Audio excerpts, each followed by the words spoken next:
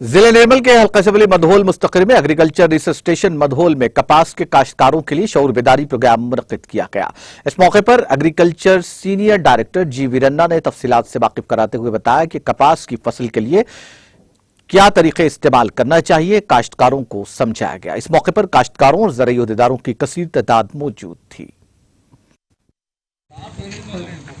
Doctor G Veeranna senior శాస్త్రవేత్త agronomy ఈరోజు మోదోల్ agriculture పరిశోధన స్థానంలో రైతులకు అవగాహన సదస్సును ఏర్పాటు చేయడం జరిగింది.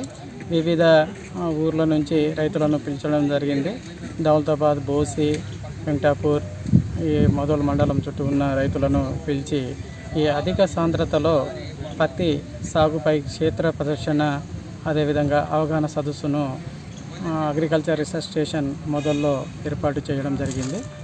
ఈ అధిక సాంద్రతలో పత్తి సాగు అన్నప్పుడు పత్తి రకాలతోనే సాగు చేయాలి.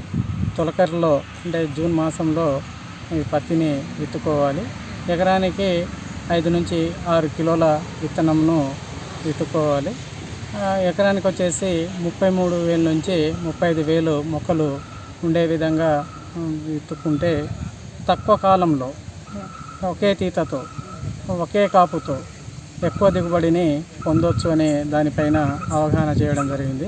తక్కువ కాలం అన్నప్పుడు 4 నెలల్లోనే ఎకరానికి 12 నుంచి 15 క్వింటాలు పత్తిని తీసుకోవడం జరుగుతుంది.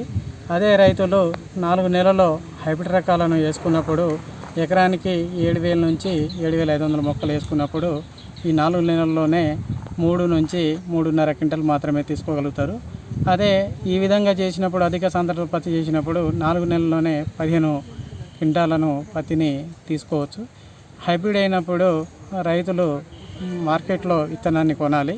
అదే नाज़रीन, हमारे टीटीवी न्यूज़ को सब्सक्राइब करिए, बेल आइकॉन को प्रेस करिए, शेयर करिए और लाइक करना ना भूलें। और किसी एडवर्टाइजमेंट से मुताल्लिक़ जानकारी के लिए हमारे इस नंबर पर कांटेक्ट कीजिए। हमारा नंबर है 9550102020।